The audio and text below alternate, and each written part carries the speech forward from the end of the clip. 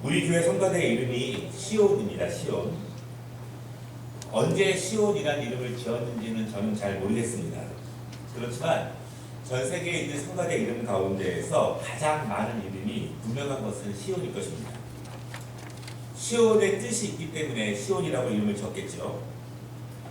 이스라엘 자체를 시온이라고 상징할 때가 있습니다.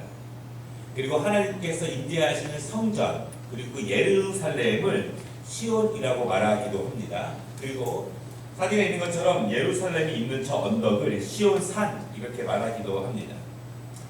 이스라엘 백성들을 시온 이렇게 말하기도 하고요. 장차 다시 오실 메시아께서 다스리실 그 날을 시온 그렇게 이야기합니다. 그래서 지금 유대주의자들을 다른 말로 하면 시오니즘, 영어로 자이오니즘, 자이온 이렇게 말할 때가 있습니다. 중요한 것은요, 시온이라고 하는 이름 자체는 하나님과 관계가 있는 것이고 하나님의 다스리심과 관계가 있는 이름이 바로 시온이라는 하는 이름입니다. 바라기는 우리 시온 성가대가 성가대원 개인이 하나님과 관계 있기를 축원합니다. 그리고 하나님의 다스리심과 관계 있는 우리 성가대원들이 되면 좋겠습니다. 그리고 시온 성가대를 두고 있는 우리 교회 모든 것 가운데 특별히 하나님께서 다스리시는 공동체가 우리 교회와 상관 있는 관계 있는 그런 교회가 되기를 원합니다. 오늘 말씀은요, 유다의 네 번째 왕인 여호사밧 시대에 있었던 그런 일입니다. 여호사밧 왕은 총 25년 동안 남쪽 유다를 다스렸는데 그가 통치할 때 북쪽에 있는 이스라엘의 왕이 누구냐면 아합 왕입니다. 우리가 지난주 오전 예배 때 말씀을 나눌 때 북쪽 아합 왕이 어떤 왕인가, 그때 여러분 바알신이 들어오고 온갖 우상들이 그 나라에 들어왔습니다. 그래서 하나님의 땅이 온갖 우상으로 뒤덮이는 그러한 땅이 되었습니다. 북쪽 땅은 그랬는데요, 남쪽은 정반대의 왕이 있었습니다. 여호사밧은 하나님을 신실하게 의지하는 왕이었고요, 종교개혁을 하면서 그 나라에 있는 우상들을 다 제해버리는 왕이었습니다. 하나님의 뜻대로 그 나라를 세우고자 노력했던 왕입니다. 같은 하늘인데 나라가 반으로 갈라지면서 정반대 왕의 모습이 두 나라 가운데 있었습니다. 오늘 말씀이 중요한 이유는 그러면 하나님을 의지했던 이 여호사밧 왕이 국가적인 어려움이 생겼을 때, 그리고 그 어려움들을 그 나라 스스로 해결할 수 없을 때 하나님을 의지하는 왕은 그러한 큰 문제를 어떻게 처리하고 어떻게 해결하는가, 그것이 위대한 모습으로 나와 있습니다. 평안할 때, 일들이 잘 될 때 하나님을 잘 섬기는 것도 중요하지만 그렇지 않을 때 하나님을 잘 섬기고 말씀을 잘 따르는 것도 중요합니다. 시간이 많을 때, 여유가 있을 때 하나님을 잘 섬기는 것도 중요하지만 시간이 없을 때, 분주할 때, 바쁠 때, 피곤할 때 그때 하나님을 잘 섬기는 것이 더 중요할 수 있다라고 하는 것입니다. 오늘 우리 말씀의 배경을 보면은요, 우리가 20장 1절부터 시작되는 말씀인데요, 20장 1절 말씀에 보면 모압 자손과 암몬 자손들이 마온 사람들과 함께 유다를 치려고 준비 중에 있다, 그렇게 말합니다. 많은 나라들이 군사들을 모아서 이제 곧 유다 땅에 들이닥칠 준비를 완벽하게 하고 있습니다. 그 소식을 유다의 왕이 듣게 됩니다. 여러분 두렵죠? 왕이라도 두렵지 않은 것은 아니죠. 아버지라고 해서 왜 안 두렵겠습니까? 두렵지 않은 척은 할 수 있지만 현실은 두렵습니다. 여러분, 두려운 것을 두려워해야 사실은 겸손해질 수 있고, 두려운 것을 두려워해야 하나님의 은혜를 구할 수 있습니다. 정말 중요한 것은 국가적인 문제, 두려운 상황, 그들의 힘으로 할 수 없는 그때를 만났을 때 그 왕의 진면목, 왕의 신앙, 그 사람의 됨됨이, 그리고 하나님을 향한 신앙의 모습은 위기 때 나타난다라고 하는 것입니다. 이러한 문제가 생겼을 때 그 지도자가 여호사밧 왕이 어떻게 그 문제를, 삶의 문제를, 국가의 문제를 어떻게 신앙의 문제로 해결해 나아가느냐라고 하는 것입니다. 오늘 말씀 첫 번째로 3절 말씀에 보면은요, 그러한 일을 경험했을 때, 그 소식을 듣게 되었을 때 여호사밧 왕은 그 두려움을 하나님 앞으로 가지고 나옵니다. 그리고 하늘을 바라보면서 기도하게 됩니다. 제가 한번 3절 말씀을 읽어드릴게요. 여호사밧이 두려워하여 여호와께로 낯을 향하여 간구하고 온 유다 백성에게 금식하라 공포하매, 이렇게 말씀합니다. 두려운 것은 두려운 것입니다. 감당할 수 없는 것은 감당할 수 없는 것입니다. 모든 사람들에게 두려움이 있고 어려움이 있습니다. 크고 작은 차이는 있습니다. 그러나 그것을 대하는 방식은 너무 다릅니다. 여호사밧은 그 두려움을 하나님께로 가지고 나왔다라고 하는 것이 중요합니다. 여러분, 두려움이 있으면 하나님께 가지고 나오시기를 바랍니다. 내가 감당할 수 없는 것이 있다면 하나님께 가지고 나오시기를 바랍니다. 오늘 3절에 이 왕은 그렇게 합니다. 여호와께로 향하여 낯을 향하고 하늘을 바라보면서 진심으로 간구합니다. 여러분, 왕 혼자서 능력이 있다고 국가적 문제를 감당할 수 있겠습니까? 그렇게 감당할 수 없습니다. 여호사밧은 모든 백성들에게 금식을 선포합니다. 국가적인 문제입니다. 모든 백성이, 모든 공동체가 함께 하나님께 간구하면서 기도하기로 선포합니다. 우리 교회에 문제가 있다면 우리 모든 교인들이 함께 기도해야 될 것입니다. 그리고 우리 모든 가정 가운데 어려움이 있다면, 두려움이 있다면 모든 가정 구성원들이 함께 그 기도 제목을 놓고 기도하는 것이 참 복되고 은혜로운 모습입니다. 두 번째, 이 여호사밧 왕이 어떻게 하냐면 5절 말씀을 보면은요, 하나님의 전능하심을 믿음으로 기도한다. 여러분, 되게 중요한 말씀이에요. 급하면 막기도 합니다. 급하면 중언부언하게 됩니다. 그런데 급할 때 나오는 말, 급할 때 나오는 기도가 사실은 그 사람의 평소 실력이자 평소 신앙일 수 있어요.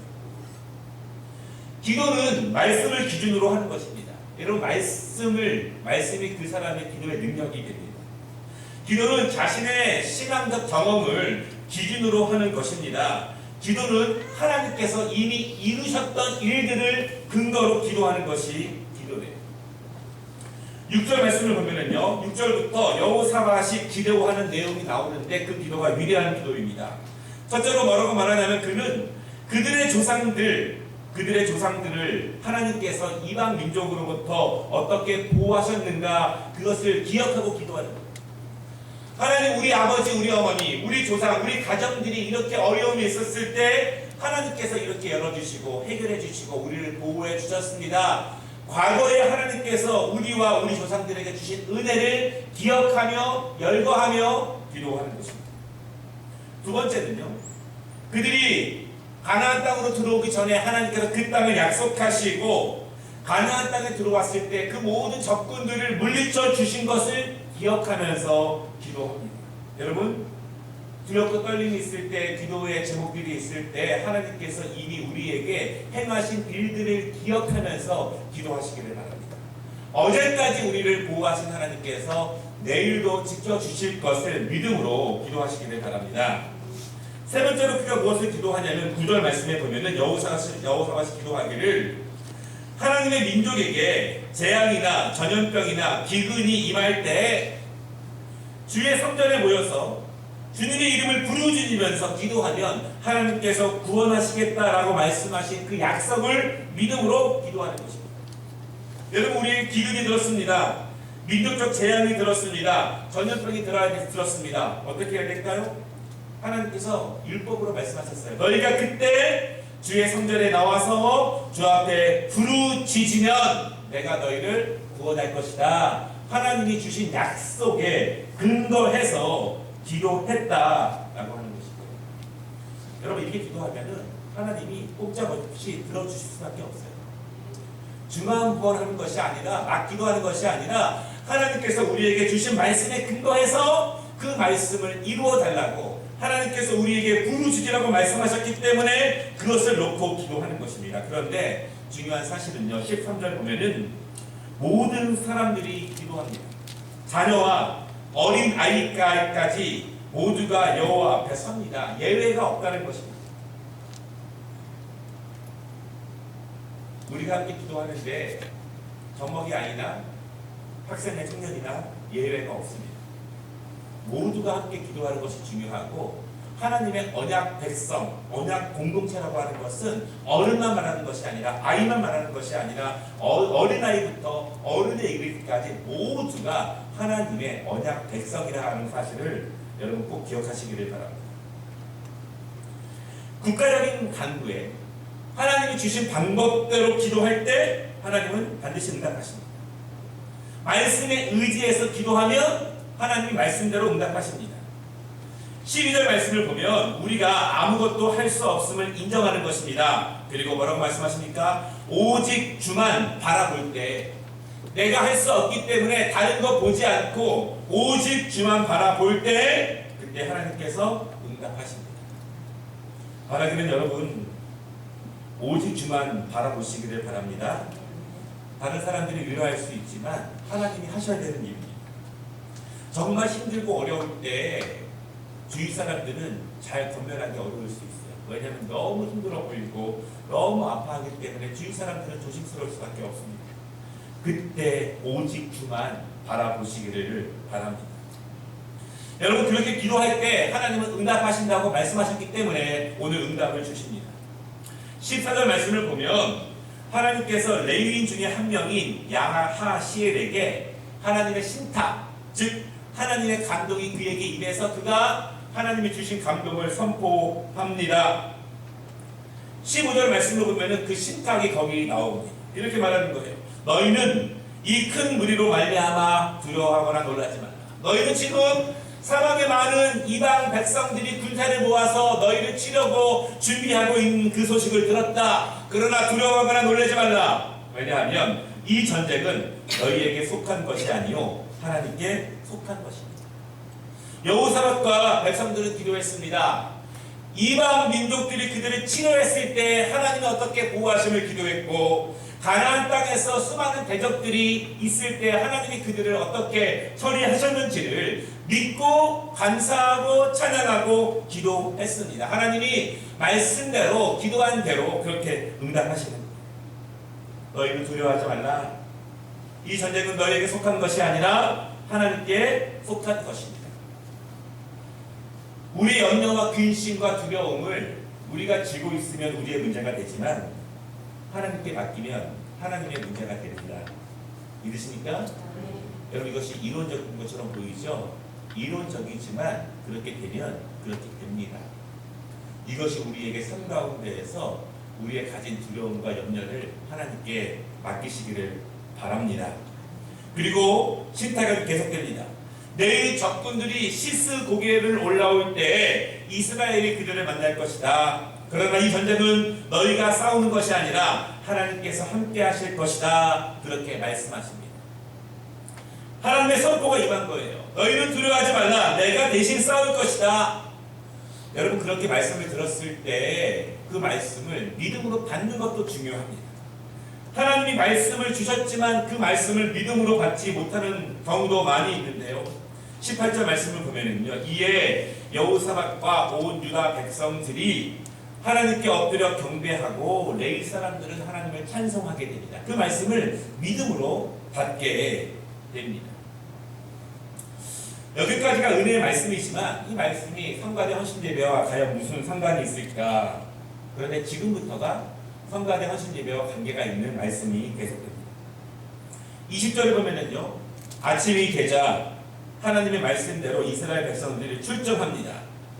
출정하면서 여호사밧 왕이 다시 선포합니다. 너희는 너희 하나님 여호와를 신뢰하라. 그리하면 견고히 서리라. 믿으십니까? 제가 다시 한번 강조하지만 요 위에 이렇게 성경이 있습니다. 그렇죠? 여기에 몇 장이 펴 있다고 제가 말씀을 드렸죠. 뭐라고 그랬죠? 잊으시죠? 가면서 3장이 펴 있습니다. 제가 핀 거예요. 제가 좋아하는 말씀이 잠언서 3장 5절 6절이 펴 있습니다. 늘 보는데요. 너는 마음을 다하여 여호와를 신뢰하고 내 명철을 의지하지 말라.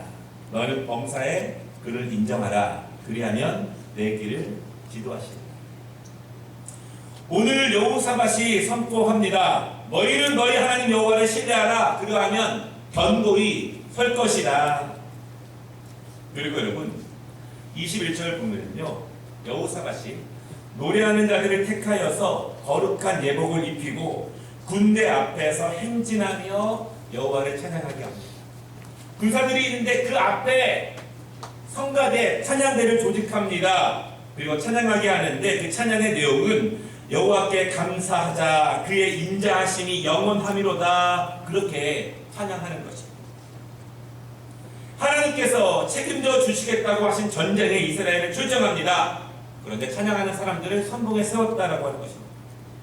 그들은 전쟁하러 나가는 것이 아니라 이미 이긴 줄을 믿었기 때문에 그 앞에 찬양하는 성가대를 세웠다라고 하는 것입니다. 얼마나 멋집니까? 여러분, 적군이 쳐들어오는데 군사들을 세우지 않고 그 앞에 성가대를 세울 수 있겠습니까? 성가대가 총알바지도 아니고요. 그렇죠? 믿음이 없으면 그렇게 못 나갑니다. 확신이 없으면 군사들 앞에 성가대를 세울 수가 없습니다. 그들은 하나님 이기게 해주세요, 이렇게 찬송하는 것이 아니라 이미 이긴 것을 믿었기 때문에 은혜에 감사하면서 성가대를 앞에 세울 수 있었다라고 하는 것입니다. 하나님이 주신 약속을 분명히 믿었기 때문에, 받았기 때문에 그 앞에 성가대를 세울 수 있는 것이다. 여러분, 구약 성경에서 전쟁터에 나가는데 성가대를 앞세워서 나가는 장면은 이 장면이 유일합니다. 믿고 확신으로 찬양하며 전쟁터로 나아가는 것입니다. 이것이 찬양대의 사명이자 축복이라는 사실을 믿으시기를 바랍니다. 매주 찬양하지만, 매시간 찬양하지만 이것이 사명이자 축복이라는 것을 여러분 믿으시기를 바랍니다. 찬양은 하나님을 신뢰함으로 찬양하는 것이고, 감사함으로 찬양하는 것이고, 하나님이 이미 이루신 것을 찬양하고 또한 이루실 것을 찬양하는 것이 성가대의 모습이라는 것을 기억하시기를 바랍니다. 그런데 중요한 말씀이 있습니다. 21절 말씀을 보면은 거룩한 예복을 입어라, 그렇게 말씀하십니다. 거룩한 예복을 입어라. 이미 승리했다고 그 감사의 찬양을 드리는 성가대원들, 찬양대원들이 거룩한 예복을 입어야 한다, 그렇게 말씀하십니다. 거룩한 예복은 두 가지 뜻이 있습니다. 첫째로는 하나님의 거룩을 힘입으라, 그렇게 말씀하십니다. 우리가 거룩한 것이 아닙니다. 하나님이 거룩하다는 것입니다. 다만 우리에게 필요한 것은 몸과 마음의 정결함을 추구하라 라고 하는 것입니다. 여러분, 우리가 찬양할 수 있지만 우리 마음이 준비되지 않으면 그 화음은 아름다울 수 있지만 하나님이 그 찬양을 기뻐하시지는 않는다는 것입니다. 성가대한 집사님이, 지금 우리 교회에 계신 성가대 집사님이에요. 그분이 저에게 이런 이야기, 과거의 경험을 이야기하셨어요. 여서저처해서 토요일 밤에 비디오 테이프를 빌렸는데 그것을 알았다는 거예요. 전도사님 혼났답니다. 왜 혼났냐면 그렇게 밤새 비디오를 보고서 주일 아침에 어떻게 찬양을 드릴 수 있느냐라고 하는 것입니다. 찬양단과 찬양대, 성가대원들, 관현악단, 하나님을 찬양하는 사람들은 몸과 마음을 정결하게 준비해야 합니다. 그러기 위해서는 영적인 컨디션 조절을 잘해야 한다는 것이에요. 특히 언제? 늘 잘해야 하지만 특히 토요일 밤에 영적인 컨디션 조절이 중요합니다. 찬양단이 정결하지 않게 그 밤을 보내고 나서 가장 이른 아침에 깨끗한 목소리와 마음으로 하나님께 찬양 드리는 것이 쉽지 않습니다. 하나님의 거룩에 힘입어 찬양하지만 우리는 몸과 마음을 찬양받으시기 합당하신 하나님의 거룩하심에 맞춰 우리의 영과 우리의 삶과 우리의 시간을 준비하고 조정해라, 그렇게 말씀하십니다. 말하기를 우리 찬양하는 분들, 찬양 대원들, 찬양에 종사하시는 분들, 물론 모든 분들이 마찬가지지만 늘 거룩해야 하지만 특별히 토요일 밤에 영적인 준비로 정결함을 유지하시면 좋겠습니다. 두 번째, 거룩한 옷을 입으라 이렇게 말씀하시는데요. 이 똑같은 히브리어 단어가 시편 29편 2절에 있는데 이렇게 말씀하십니다. 여호와께 그의 이름에 합당한 영광을 돌리며 거룩한 옷을 입고 여호와께 예배할지어다 그렇게 말합니다. 거룩한 옷을 입어라 그렇게 말씀하세요. 이번에 저희가 불가리아를 방문하고 그리스를 방문했을 때 수도원들을 방문했는데 수도원들의 당시 그 사제들이 입던 옷들을 전시해 놨는데요. 저도 놀랐습니다. 굉장히 화려합니다. 왕이 입는 것처럼 그 옷이 너무너무 화려해요. 사실 저도 그런 것에 좀 반대되는 입장이었는데 거기 영어로 설명해 놓은 것을 보고 제가 동의하는 것이 있었어요. 뭐라고 말하냐면 하나님의 사제는 하나님의 말씀을 전하는 자는 하나님의 영광을 상징하는 거룩한 옷을 입는 것이 이 성경 말씀 대대로 내려오는 전통들이었어요. 그래서 그 당시까지는 정말 하나님의 영광을 인간의 모습으로 표현할 수 있는, 상징할 수 있는 굉장히 화려한 옷들을 입었다. 교황도 지금 그렇게 입고 있습니다. 종교개혁자들은 그것을 비판합니다. 뭐라고 비판하냐면 외적인 것이 중요하지 않다. 그 사람의 마음이 중요하다. 이렇게 말합니다. 여러분, 외적인 것이 중요하지 않지만 그렇다고 해서 아무렇게나 입어라, 아무렇게나 편한 대로 해라, 그것을 말하지는 않습니다. 성가대가 이렇게 왜 거룩한 가운을 입습니까? 오늘 말씀에 근거해서 거룩한 예복을 입는 것입니다. 겉에만 아름다운 가운을 입으면 좋습니까? 그러면 가장 화려한 것을 입으면 되죠. 안에도 정결하고 경건한 옷들을 입어야 하며 우리의 마음과 우리의 정성도 정결하고 경건해야 합니다. 성가대는 그렇지는 않습니다. 찬양 배움도 마찬가지입니다. 우리의 외적인 것이 중요하지 않지만 마음이 중요한 거예요. 자세가 중요한 거고 다리가 중요합니다. 왜냐하면 그 찬양을 하나님 받으시고 그 찬양을 하나님께서 함께 하시기 때문에 그렇다라고 하는 것입니다. 자유롭게 입는 것이, 자유롭게 신는 것이 무조건 은혜로운 것은 아닙니다. 의복은 사람을 정결하게 하고 경건하게 합니다. 은혜로운 찬양가는 아름다운 옷을 입게 됩니다. 여러분, 이것이 지금은 덜하지만 구약시대에 초대교회까지 하나님의 교회에 내려오는 찬양에 종사하는 사람들에게 주어진 책임이자 축복이었다라고 하는 것입니다. 말씀의 결론입니다. 오늘 22절부터 보면은요, 앞에 서 있는 성가대원들이 거룩한 옷을 입고 찬양하면서 나아갑니다. 그런데 찬양이 시작과 동시에 여호와께서 그 이방 민족들을 치기 시작합니다.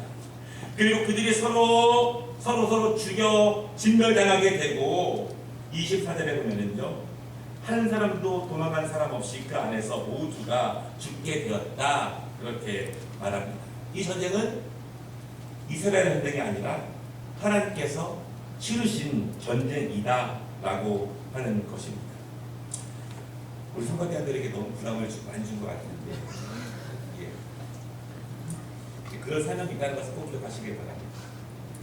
여러분, 이렇게 매 주일마다 앞에 오래 서 있는 사람은요, 담임 목사하고 성가대원밖에 없습니다. 그렇죠? 유일하게 가운을 입는 사람도 목사님과 장로님들과 성가대원밖에 없습니다. 그것이 하나님께서 교회에게 주신 축복이고, 또한 그 책임과 사명이 우리 성가대원들에게도 축복이라는 것을 믿으시기를 바랍니다. 여러분, 성가대를 위해서 많이 기도해 주시고요. 우리 찬양단과 관현악단과 우리 교회 음악 사역자들이 강건해져서 정말 우리 교회가 찬양으로 하나님께 영광 돌리며 어떤 문제를 만나든지 찬양으로 선봉에 서서 하나님의 영광을 이루어드리는 교회가 되시기를 주님의 이름으로 축원합니다. 기도하겠습니다.